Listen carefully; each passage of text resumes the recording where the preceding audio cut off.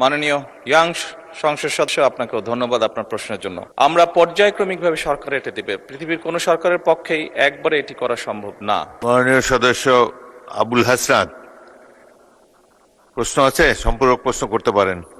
জি মাননীয় স্পিকার, ধন্যবাদ মাননীয় স্পিকার।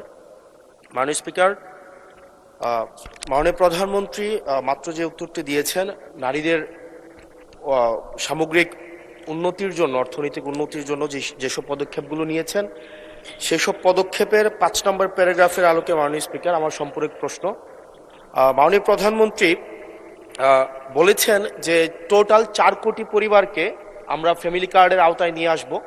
আমরা যদি 4 কোটি পরিবারকে আমরা ফ্যামিলি কার্ডের আওতায় নিয়ে আসি, তাহলে আমাদের 1,20,000 কোটি টাকা মাননীয় স্পিকার আমাদের টোটাল হচ্ছে খরচ হবে, এবং প্রসিজারাল কস্ট সহ সেখানে 1,34,000 কোটি টাকা হচ্ছে আমাদের বার্ষিক খরচ হচ্ছে।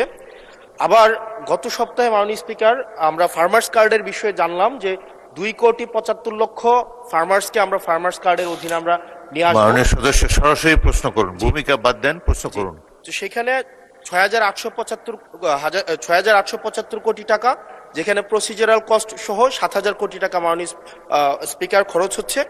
অর্থাৎ মাননীয় প্রধানমন্ত্রীর কাছে আমার প্রশ্ন, এই পদক্ষেপগুলো নিঃসন্দেহে মানুষকে সংযোগ করেছে, মানুষ এগুলোর প্রতি আকৃষ্ট হয়েছে, কিন্তু আমার প্রশ্নটি হচ্ছে, আমরা 1,40,000 কোটি টাকা প্রত্যেক বছরে যদি একটা নির্ভরশীল অর্থনীতির খাতে আমরা বিনিয়োগ করি, সেক্ষেত্রে এটা কতটা হচ্ছে আমাদের অর্থনীতিকে স্বনির্ভর করবে, এবং এই অর্থটাকে আমরা সোশ্যাল সেফটি নেটসের যেই খাতগুলো এখন বর্তমানে বিদ্যমান রয়েছে সেগুলো থেকে কেটে এনে আমরা সেখানে বরাদ্দ দিচ্ছি, নাকি হচ্ছে আমরা নতুন করে আমরা এই খাতগুলোতে টাকা দিচ্ছি? যদি নতুন করে দেই, সেক্ষেত্রে মুদ্রাস্ফীতি ঘটার সম্ভাবনা রয়েছে কিনা সেটি পরীক্ষা করা হয়েছে কিনা, এটি আমার প্রশ্ন। ধন্যবাদ মাননীয় স্পিকার। মাননীয় প্রধানমন্ত্রী। মাননীয় স্পিকার, আপনাকে ধন্যবাদ। মাননীয় ইয়াং সংসদ সদস্য, আপনাকেও ধন্যবাদ আপনার প্রশ্নের জন্য। অবশ্যই আল্লাহর কাছে শুকরিয়া, আলহামদুলিল্লাহ, যে আমরা যে ফ্যামিলি কার্ডের কথা জনগণকে বলেছিলাম নির্বাচনের পূর্বে, সেই ফ্যামিলি কার্ডটি মানুষ গ্রহণ করেছে, এবং আপনি নিজেও সাক্ষী,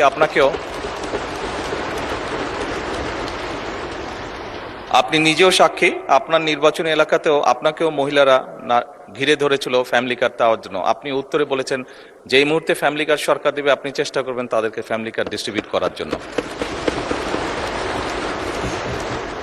মাননীয় সংসদ সদস্য, আপনি নিশ্চয়ই এটি অনুধাবন করতে পারবেন যে 4 কোটি পরিবারকে আমরা ফ্যামিলি কার্ড দিব। আমরা পর্যায়ক্রমিকভাবে সরকার এটা দেবে, পৃথিবীর কোনো সরকারের পক্ষেই একবারে এটি করা সম্ভব না।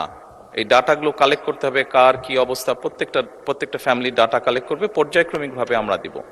এবং প্রথম স্টেজে আমরা যারা ভালনারেবল ফ্যামিলি, আমরা তাদেরকে এই কার্ডগুলো দিব। কাজেই ধীরে ধীরে আমরা বাজেটটি তৈরি করব, এবং ধীরে ধীরেই আমরা কার্ড দেওয়ার সংখ্যাটা ধীরে ধীরে আমরা বাড়াবো। এবং সেজন্যই আমরা মনে করি আমাদের যে সব হিসাব নিকাশ করেছি আমরা, তাতে করে বাজেটের উপরে কোনো চাপ পড়ার তেমন কোনো কারণ নেই। এটি গেলে 1 নম্বর। দ্বিতীয়ত, আপনি বলেছেন যে আরো যেগুলো সেফটি নেট,